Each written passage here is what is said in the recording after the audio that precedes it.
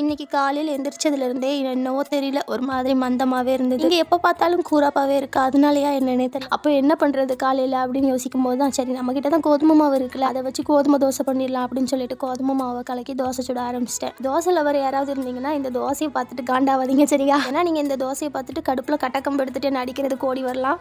ஏன்னா அம்புட்டுக்கு எவ்வளோமா தான் எனக்கு வந்தது. ஃபர்ஸ்ட் டைம் இந்த மாதிரி தோசை சுடுறதுனால அது என்னமோ மாதிரி இருந்துச்சு. ஏன்னா தவாவையும் தோசைமாவையும் பிரித்து எடுக்க முடியல. பிரியாத வர வேண்டும் அன்பே அப்படின்னு 2 பேரும் ஒட்டியே இருந்துக்கிட்டாங்க. அவங்க 2 பேரையும் பிரித்து எடுக்கிறதுக்குள்ள போதும்னு ஆயிடுச்சு. அதுக்கப்புறம் கொஞ்சம் மாவுலாம் அதிகமாக ஊற்றி 1 கரண்டிக்கு 2 கரண்டி மாவை ஊற்றி நல்லா விரிச்சு விட்டதுக்கப்புறம் தோசை சூப்பராக அருமையாக மெதுன்னு வந்துருந்துச்சு. ஆனால் அடியில் கொஞ்சம் கரிஞ்ச மாதிரி இருந்துச்சு. ஆனாலும் நான் சுட்ட தோசை நிறைய சர்க்கஸ் எல்லாம் காட்டுச்சு தெரியுமா? சப்பாத்தியில் வர பபுள்ஸ் எல்லாம் விட்டு சூப்பராக வந்துருந்துச்சு. பரவாயில்லையே, நம்ம தோசை கூட நம்மள மாதிரியே நிறைய சர்க்கஸ் எல்லாம் காட்டுதுன்னு சொல்லிட்டு இணை பிரியா தோழன் தோழியா இருந்த 2 பேரையும் பிரித்து எடுத்து தோசையை அருமையாக போட்டு எடுத்தாச்சு. தோசை சுடுறதுல எக்ஸ்பர்ட்டாக இருக்கிற யாராவது இந்த வீடியோ பார்த்தீங்கன்னா என்ன மன்னிச்சிருங்க.